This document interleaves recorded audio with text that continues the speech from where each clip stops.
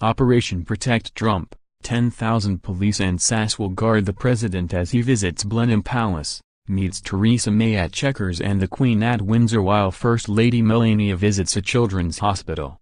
Up to 10,000 police officers will be drafted in to protect Donald Trump from mass protests and the threat of a terror attack when he visits Britain next month. Hundreds of riot vans full of frontline PCs will take to the streets to stop planned rallies and marches turning violent, particularly when they clash with supporters of the controversial U.S. president. The Mail on Sunday can reveal that elite armed officers and the counter-terror robocops who train alongside the SAS will also be on alert in case of a terrorist atrocity, while a staggering 40 police cars and motorbike outriders have been demanded whenever Mr. Trump travels by road, to shield him from assassination attempts.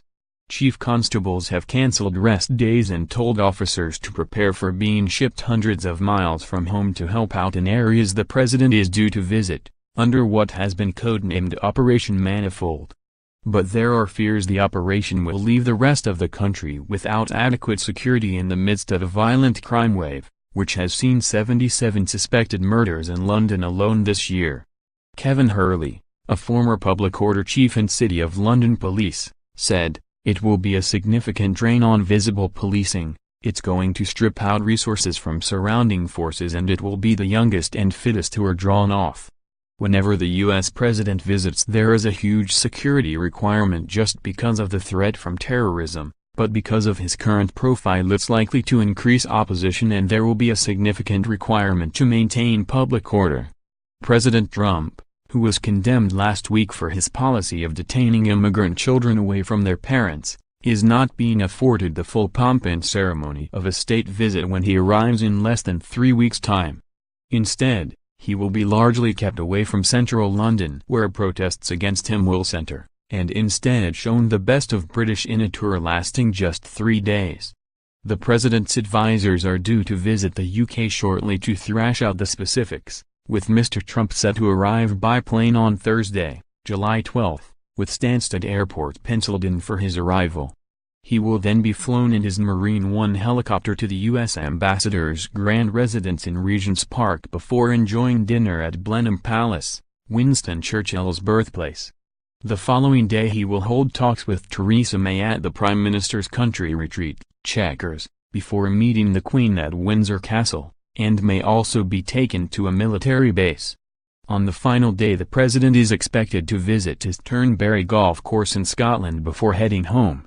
Sources say that commanders are currently expecting that as many 200 police support units, comprising an inspector, 3 sergeants and about 20 public order-trained PCs in 3 riot vans, will need to be ready for action throughout the trip.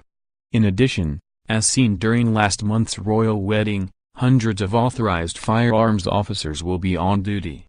And behind the scenes will be dozens of counter-terrorism specialist firearms officers, SFOs, who wear military-style fatigues and are trained alongside special forces to perform hostage rescues or tackle terrorists. Through a record number of British police will be deployed for the visit, the U.S. president will bring a small army of security personnel with him. Along with his own ranks of Secret Service agents, he will also have flown over a fleet of bomb-proof Cadillacs, known as the Beasts, in which the Trumps and their entourage will travel. They will arrive on Air Force One, a modified Boeing 747, and will be accompanied by a military cargo plane carrying the Beasts and 2 or more helicopters to be operated by U.S. Marines. Washington insiders say the U.S. Secret Service is also relying on the British police to provide at least 40 cars with armed escorts and teams of motorcycle outriders every time the president and his wife Melania move by road. This force will go ahead of the Trump car and will drive behind it, blocking all intersections along the route. And thousands of police officers will be needed to keep order during the huge protests that are expected throughout the visit. Already, 53,000 people have stated online they will attend the main Stop Trump protest on Friday, July 13, organized by Corbyn supporter Owen Jones. And earlier that day there will be a noisy protest led by Women's March London gathering outside the BBC headquarters in Oxford Circus and rallying in Trafalgar Square.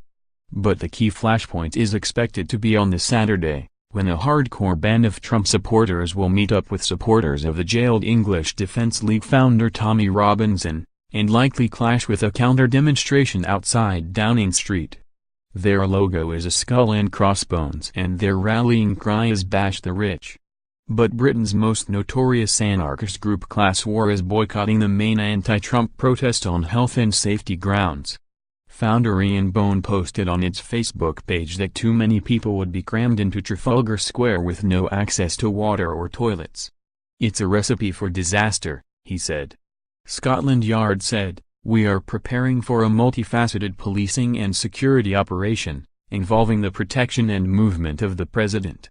The requirements of this complex operation need to be balanced with the right of individuals to a freedom of speech.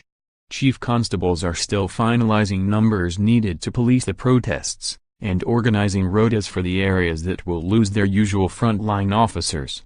Unpaid special constables are expected to have to fill some gaps."